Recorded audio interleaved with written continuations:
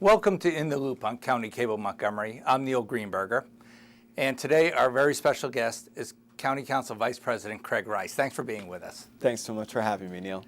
Craig, you've been on the council for 2 years, and already your fellow council members elected you Vice President for the coming year.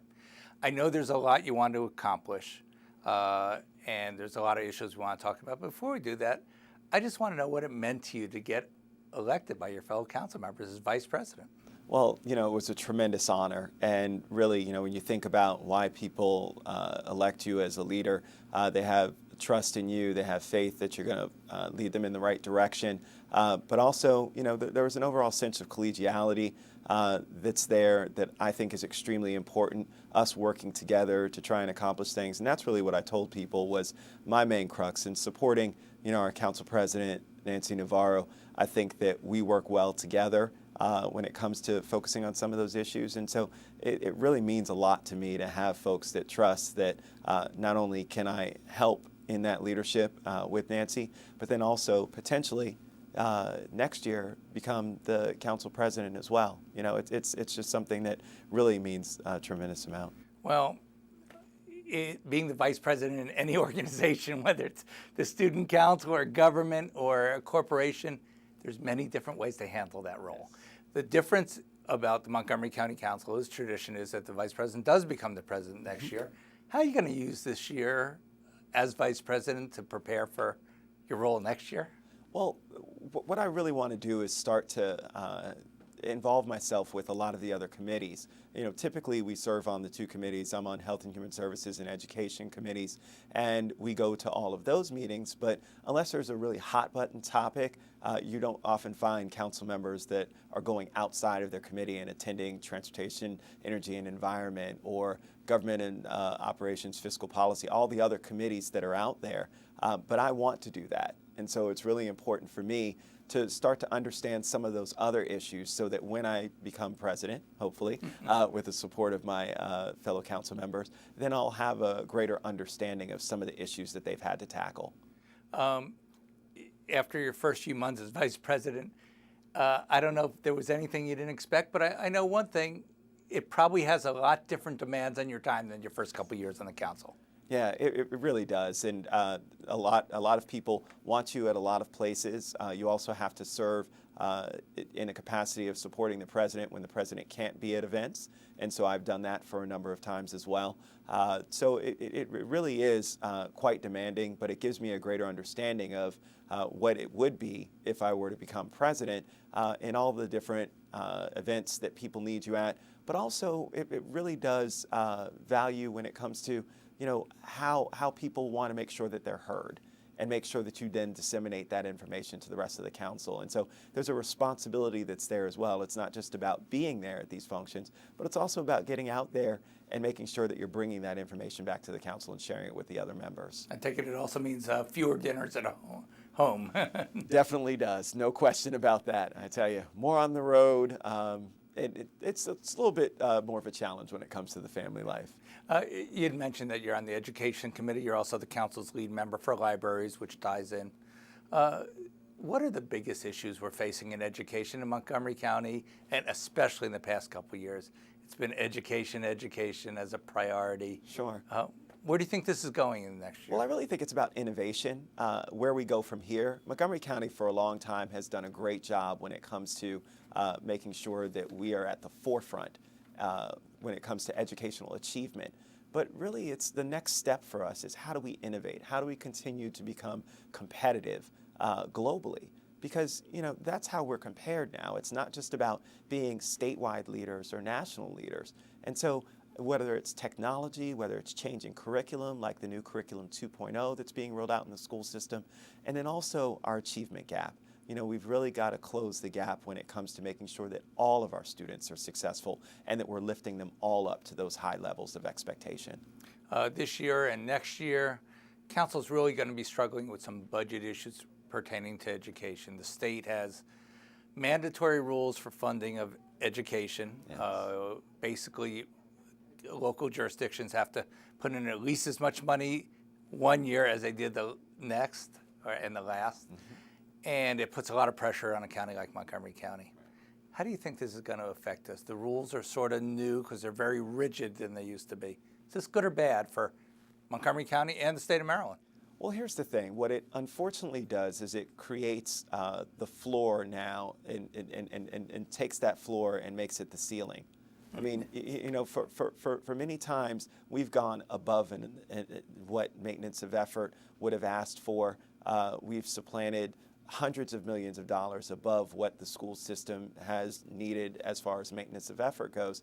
But these are things that we said were important for the school system to be able to fund the priorities that they deemed important. The challenge now is that if you're doing a one-time rollout for something, let's say you need to increase some teachers here, you need to increase technology here, those are one-time shots, but then they become a permanent part of the budget. And obviously you're not going to be doing those things year after year, so it creates those kinds of fiscal challenges that weren't there before. It also gives us the inability to be able to find cost savings. I mean, you know, we've all asked for our folks to do more with less, but in this case, we're asking folks to do more, and if you're wasting money and spending additional, it's okay. You sound like an executive from a private business, which really you come from the world of private business. You worked at Marriott for a while, and I wonder, because business has been a big topic around Montgomery County as well, especially as we're coming out of these tougher economic times, how has being on the council the past couple of years changed your perspective on how we have to deal and help with businesses, particularly since you have this experience from the other side of the world? Sure. It's one of those where, you know, I always said that we can't operate government like a business, but we can operate a government with business-like tendencies. You know, we have to be more stringent when it comes to understanding that, look, this is a huge ship, and it's very difficult for us to change course. But there are a lot of global large corporations, just like Marriott that you mentioned that I work for, that are in the same situation. But what we can do is we can make systematic changes, and if we have a focused vision over what we want to achieve. And that's the thing that I want to compliment our current council president, Nancy Navarro, about. She's framed a vision and overall mission for us as a county to support economic development, to making sure that we're having overall, when it comes to addressing a lot of the inequalities that we see here in the county. You know, as we work towards those things and have a very focused goal, we can actually achieve some things instead of kind of just treading water. And I think that for a while that's where we've been, and now we're going to start focusing on a lot of economic development. You know, that's been a big push of mine when it comes to the Up County, and I think that that's really where the future lies. Ironically, you do represent District 2, which generally thought of the Up County, the agricultural reserve. Maybe even just 5 years ago, the biggest problem of the Up County was how to get Clarksburg and Germantown, how to get them going, stabilize them all.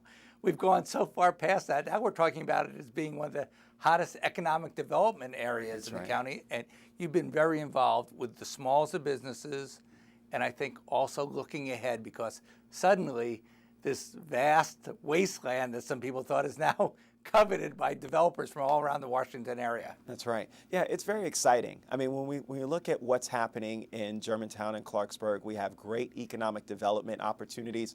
We have a brand new Wegmans and a huge shopping center that's being developed in Germantown. And now we have two major developers that are looking at opportunities within Clarksburg with major retail presence. I mean, this is what we really want for Clarksburg. This is what we want for Montgomery County. This is what we want for the state of Maryland. And so the outlook is extremely positive about the great things that are going to happen. The speed that especially Clarksburg and the North County of our area is changing, is it ready for this speed? Things are coming like a freight train up there, and it doesn't seem like the developers want to wait. They feel they're ready. Yeah, well, I think this is one of those where we've got to really get with and keep up pace with where our development is going. We never want to stand in the way of economic development, things that are going to benefit us in terms of making sure that we put our stamp on the area when it comes to a competitiveness perspective. You know, we've heard about Fairfax and other competing jurisdictions that continue to clean our clocks when it comes to attracting business and doing some positive things that are going to help people get jobs. And I think for us, it really is time for us to start moving in that direction and supporting these developers, supporting these businesses that are looking to come here, and making sure that our policies do just that. One of the really ironic parts of what people are talking about in your district is at one time it was thought that businesses would serve the people who live up there. Now it's people are talking about that Clarksburg and the north part of Montgomery County are going to be destinations for people from the southern part of the county to go up there. Did you ever see a time when people would be talking like this? It's amazing because we always talked about the traffic going down 270. We always talked about traffic going around the Beltway to Virginia, to DC, to Bethesda, to Silver Spring. Well, now we're starting to have the conversation about reverse commute. You know, we had a great conversation about bus rapid transit and the network throughout the county. And one of the things that I continue to push is that, look, we need to talk about these routes going both ways, because I see not only the economic development from just a retail standpoint, but I also see commercial and office continuing to grow. We've got great federal installations, National Institutes of Standards and Technology, as well as Department of Energy, which are budding, and those contracts aren't going away. So those federal installations are going to continue to help supplant a lot of the contractors and subcontractors in the area, and there's continued room for great growth in Germantown and Clarksburg. Well, with growth comes the need for a lot of services. I'm not sure a lot of people are aware of some of the planning and bulldozers that they see on the Germantown campus of Montgomery College, but there's going to be a new Holy Cross state-of-the-art hospital up there to an area that's been greatly unserved. What is this going to mean, not only in the terms of healthcare, but just to people who want to move there, live there? Maybe a statement about the north part of the county. Sure. You know, it's one of those where a lot of people don't understand. Germantown, if incorporated, would be the second largest city only to Baltimore in the state of Maryland. And so when you talk about those number of residents that were underserved, that had to continue to commute 20, 30 minutes to get to the closest hospital, which was Shady Grove, and to now be able to have this Holy Cross Hospital in Germantown, serving that community as well as the growing Clarksburg community as well, is a tremendous plus. I mean, I remember before I got elected to the House of Delegates, my push as a part of the Germantown Alliance was to bring an emergency center to Germantown because of that underserved great need for services. And so this is really just the icing on the cake to actually have a full-fledged facility that not only is going to be a great hospital, but also a great partner with Montgomery College. When we talk about our biotechnology corridor, which is also in Germantown in the 270 sector, blending all of those things together, you know, education, services, and also jobs when it comes to the physician office park that's going to be a part of this project. All of those things blend together to really deliver when it comes to truly having a model that Montgomery County should be proud of. Well, there's so many things I want to talk to you about in your role, but I guess we talked about too much because we're just about out of time. So I want to thank County Council Vice President Craig Rice for being with us on this edition of In the Loop. Thank you for watching County Cable Montgomery. I'm Neil Greenberger.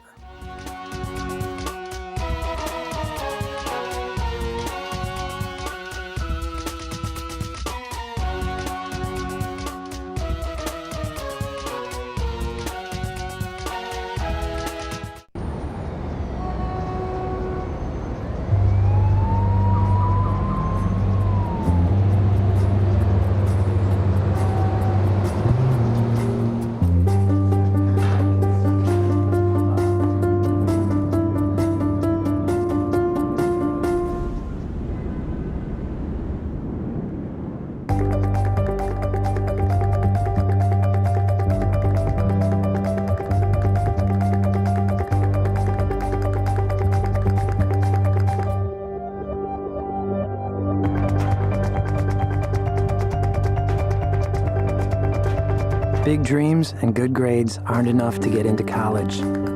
There are actual steps you need to take. Finding someone who can help is the first and most important.